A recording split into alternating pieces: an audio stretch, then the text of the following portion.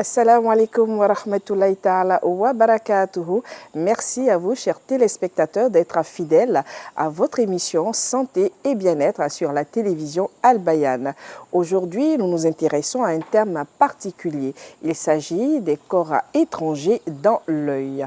Quand dit-on qu'un corps est étranger dans l'œil, comment agir? Quels sont les premiers gestes à adopter? À quel moment consulter un spécialiste? Autant de questions à soumettre à notre consultant du jour qui est Dr Chérif Osman. Il est médecin urgentiste. Docteur, assalamu alaikum wa rahmatullahi ta'ala wa barakatuh. Wa alaikum salam wa rahmatullahi wa barakatuh. Alors aujourd'hui, nous nous intéressons, comme je disais tantôt, au corps étranger dans l'œil. Alors la première question, elle est toute faite. Qu'en dit-on d'un corps qu'il est étranger dans l'œil? Alors, il faut savoir qu'on utilise beaucoup l'œil lorsqu'on fait nos activités quotidiennes. Bien entendu, quand quelqu'un fait ses travaux manuels et tout ça, l'œil est parfois très proche de ce que nous faisons. Donc, il est possible que l'un de ces éléments externes, ça peut être un métal, ça peut être un insecte, ça peut être un morceau de bois, en tout cas un élément de l'environnement qui va se retrouver dans la région oculaire. Ça peut être dans les deux à la fois, ça peut être dans un seul œil. Donc ça peut être un élément qui est chimique, parce qu'il y a des liquides qui n'ont pas leur place dans l'œil. Ça peut être un élément solide, c'est le cas le plus fréquent. Donc ça, comme je l'ai dit tout à l'heure, un morceau de bois ou un insecte. Dans les deux cas, il s'agit d'un corps étranger qui est dans l'œil. D'accord. Alors, quel que soit ce corps étranger, il y aura bien sûr des gestes particuliers à adopter. Mais avant, nous allons parler des signes. Alors, quand ça se produit, quels sont les signes? Alors déjà, le malade, il va sentir que les yeux vont commencer à démanger. Il y a une démangeaison des yeux, une sensation de corps étranger visiblement. Donc le malade, déjà, parfois même à la palpation, avec son doigt, il peut sentir qu'il y a quelque chose qui est entre la paupière et la cornée. Parce que l'œil, la couche externe de l'œil, c'est la cornée. Donc il peut sentir qu'il y a un élément étranger entre la paupière et la cornée. Parfois, il y a un larmoiement réflexe, c'est-à-dire que le corps va réagir en faisant sortir beaucoup de larmes. Il y a une rougeur réflexe aussi, donc c'est une inflammation de l'œil qui est concernée. Et parfois, ça peut même aller à un saignement. Ça peut arriver que le corps étranger soit tellement agressif qu'il ait créé une petite lésion cornéenne qui peut parfois saigner. Alors, vous avez parlé des activités qu'on fait, mais il y a souvent que l'homme lui-même, avec ses cils, ses sourcils, prend un faux cheveu, je vais dire comme ça, dans son œil. On a une impression de grains de sable, ça peut être même de la poussière. Vraiment, c'est de différents ordres et de différents types. Alors, dites-nous, quels sont les degrés de gravité de cela? Alors, c'est une très bonne question parce que toute personne qui a un corps étranger dans l'œil ne doit pas se trouver à l'hôpital. Il y a des corps étrangers qui sont tellement, j'allais dire, banals, que vous avez la possibilité de traiter à la maison, de faire un lavage oculaire et ça passe, c'est vraiment totalement banal. Surtout les femmes à la maison, quand on fait le ménage, on a de la poussière vraiment qui est rentrée dans l'œil, on peut juste faire un lavage oculaire et ça passe très rapidement. Donc on consulte à l'hôpital quand on a un élément de gravité. Donc les éléments de gravité, c'est le fait d'abord que la rougeur oculaire, il se maintient après plusieurs heures, c'est-à-dire que vous avez fait un lavage, vous avez tenté d'extraire, vous n'avez pas pu, la rougeur oculaire se maintient, la douleur à l'intérieur de l'œil se maintient, il faut consulter à l'hôpital. L'œil est un organe qui est très sensible, donc il faut éviter de perdre trop de temps. Si vous avez fait environ 1 ou 2 heures de temps, que vous avez une rougeur qui se maintient, il faut consulter un ophtalmologue pour que le traitement puisse se mettre en place rapidement. Alors, nous allons considérer le cas où nous ne sommes pas encore au stade de rougeur oculaire. Nous avons donc vu ces pratiques-là qui consistent à demander à une tierce personne de souffler dans l'œil parce qu'on a certainement pris quelque chose dans l'œil, où le premier réflexe, c'est de prendre la main pour frotter vigoureusement l'œil. Est-ce que ces pratiques-là sont conseillées? Alors, ces deux pratiques sont vraiment des pratiques à bannir de notre quotidien. Parce que, comme je l'ai dit tout à l'heure, l'œil, c'est un environnement qui n'a pas besoin d'éléments externes. L'œil, il s'humidifie lui seul. Il a un liquide qui tapisse l'intérieur de l'œil. Donc, il faut faire très attention à ne pas infecter l'œil avec des choses externes. Donc, déjà, souffler dans l'œil, c'est aussi mettre des bactéries buccales qui peuvent rentrer avec des petits morceaux de salive qui vont rester dans l'œil. Ça peut après créer d'autres pathologies.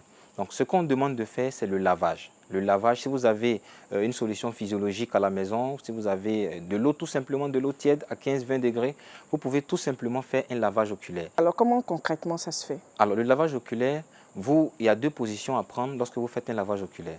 Soit vous êtes sur le côté, vous êtes couché sur le côté, soit vous êtes debout, mais la tête baissée. C'est-à-dire que vous êtes debout et vous mettez la tête vers le lieu où vous allez faire le lavage. Dans l'espoir de faire basculer basculer voilà, vers un endroit ou un autre. Voilà. Donc vous allez prendre le liquide et vous allez de façon circulaire avec une coton-tige. Si vous avez un petit coton-tige, vous allez de façon circulaire essayer de nettoyer la cornée. Tout simplement. C'est quoi la cornée? La cornée, c'est la partie qui est visible de l'œil. Si vous voulez, c'est la peau de l'intérieur de l'œil. Je ne sais pas si je m'exprime bien. C'est-à-dire que l'œil, ce qu'on voit, ce qui est visible de l'œil. Ce qui délimite le blanc de l'œil, donc ce qui se ferme et qui s'ouvre. Non, ça c'est la paupière qui se ferme et qui s'ouvre. Mais la cornée, la partie blanche. La première couche, la partie blanche, elle est à l'intérieur. La partie noire aussi, elle est à l'intérieur. Oui. Mais il y a une sorte de petite couche qui englobe toute cette partie noire et cette partie blanche-là. Elle est externe en fait. Voilà, elle est externe. Donc, vous prenez le coton-tige, vous imbibez dans de l'eau physiologique et vous essayez de passer tout simplement pour essayer d'enlever tout doucement le corps étranger. C'est pas dangereux? C'est pas dangereux justement si le corps étranger il est minime, si le corps étranger il n'est pas pointu, il n'est pas interne, il n'a pas piqué complètement la cornée, vous pouvez essayer, s'il est positionné simplement sur la cornée, vous pouvez essayer tout simplement de l'enlever. Donc ensuite, vous pouvez faire un lavage tout simplement, c'est-à-dire que prendre de l'eau et le passer, le frotter sur l'œil, mais avec vraiment, après avoir fait une hygiène des mains. Il faut vraiment se laver bien les mains avec de l'eau potable, bien se laver les mains avec le savon. Ensuite, vous faites le lavage avec les mains, vous frottez dans l'espoir que le petit corps étranger puisse se déplacer et puisse sortir de l'œil. Docteur, nous avons aussi une astuce de mettre de l'eau dans sa paume et puis d'ouvrir l'œil avec des mouvements, voilà, pour essayer de débarrasser sans frotter l'œil. C'est aussi une astuce, en tout cas, tant que les mains elles-mêmes ne touchent pas directement la cornée, toutes les astuces, elles sont faisables. Si vous utilisez de l'eau, si vous utilisez un coton-tige, en tout cas quelque chose de stérile, de propre, que vous utilisez à l'intérieur de l'œil, c'est déjà très bon. Chers téléspectateurs, j'allais dire, merci de suivre Santé et Bien-être qui aujourd'hui s'intéresse au corps étranger dans l'œil et notre consultant est Dr Chérif Osman. Dr Chérif Osman, dans la poursuite de notre entretien, je veux faire allusion à un documentaire auquel j'ai vu, voilà, à la télévision sur une chaîne étrangère où il était question de certaines pathologies. Alors un adulte qui développe des céphalées terribles, il fallait donc faire des examens, des scanners et c'est en ce moment-là qu'on découvre dans une partie de la tête un crayon. Vous voyez, le crayon qui sert à faire des dessins, un crayon. Et quand on remonte dans l'enfance de ce dernier, il jouait dans un jardin, le petit garçon, et lorsqu'il courait pour rejoindre sa mère, après avoir fait des dessins avec son crayon, a trébuché à l'escalier et le crayon est passé de l'œil et se logeait à l'intérieur de la tête. Et là, le petit n'a pas retrouvé son crayon, mais il n'a pas fait cas de cela. Il était tout petit, un enfant de moins de 3 ans à ses parents, et ce crayon est resté toutes ces années jusqu'à ce qu'il se développe et après, c'est bien après qu'on a découvert cette pathologie. Oui, un crayon comme les crayons de couleur, mais un crayon, voilà, un tout petit crayon. Je me dis c'est beaucoup de chance parce qu'il a pu rentrer sans créer de lésions pour qu'on en arrive jusqu'à cet âge. En tout cas, c'est vraiment beaucoup de chance. Le corps, c'est quelque chose qui... c'est un organisme qui se défend vis-à-vis des corps étrangers de façon naturelle. Quand vous avez un élément étranger qui se loge quelque part où il n'a pas la place, le corps essaie tant bien que mal de se débarrasser. Le larmoiement, par exemple même, le larmoiement réflexe. Les larmes qui sortent, c'est en fait le corps qui essaie de se débarrasser du corps étranger. Pourquoi d'ailleurs, dit-on que les pleurs ne sont pas totalement négatives? Ne sont pas négatives. Donc si par exemple vous avez un corps étranger qui est rentré, qui est vraiment dans la peau, qui est rentré complètement dans la peau, le corps d'une façon ou d'une autre va essayer par des mouvements de faire bouger ce corps étranger-là. Mais attention, ça peut être dans deux sens. Ça peut être vers la sortie, mais ça peut être aussi vers l'intérieur. Donc il y a parfois des corps étrangers comme ça qui ont pénétré par un orifice de l'organisme et qui s'est retrouvé dans un autre endroit complètement.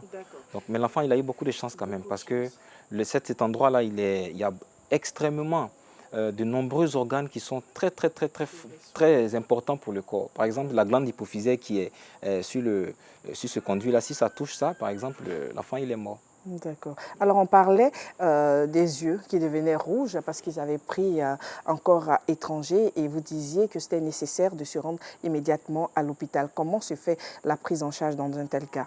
Alors à l'hôpital, il y a le médecin urgentiste d'abord qui va vous recevoir, qui va faire un lavage qui sera beaucoup plus efficace que votre lavage traditionnel à la maison.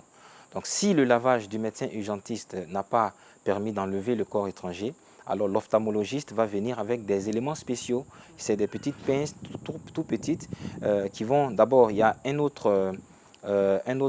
des gouttelettes qui sont colorées qu'on va mettre dans l'œil, qui vont permettre de localiser de façon très précise où se trouve le corps étranger. Et donc après localisation, c'est beaucoup plus facile avec la pince de simplement enlever le corps étranger sans endommager l'œil. Et après, on vous donnera des antibiotiques, on vous donnera des médicaments pour ne pas que vous fassiez une grosse réaction et une rougeur après. Et c'est bien pour cela aussi que dans certains métiers qui sont un peu dangereux, il faut porter des lunettes protectrices ou même des appareils. On voit dans le cas des ferronniers, dans bien d'autres autres métiers où il faut prévenir. Donc, c'est la prévention qui nous intéresse aujourd'hui. Effectivement, c'est vraiment important parce que l'œil peut s'endommager et quand il est endommagé, la qualité de vie change complètement.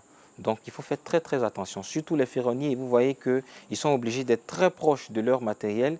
Ils ont des étincelles qui vraiment sortent à des vitesses très importantes devant eux. Donc, il est très important de protéger les yeux. Même ceux qui font la piscine, il est important parce que dans la piscine, il n'y a pas que de l'eau. Il y a aussi, voilà, il y a d'autres produits qui n'ont pas qui sont pas forcément innocents pour l'œil humain. Donc il faut faire attention à chaque fois que nous sommes dans un environnement où nos yeux sont exposés, il faut les protéger. D'accord. En tout cas, docteur Cherif Ousmane, merci pour tous ces conseils. Avant, bien sûr, de mettre un terme à notre entretien, nous allons vous permettre de donner des conseils aux parents, aux travailleurs, mais surtout à ceux qui font des métiers à risque.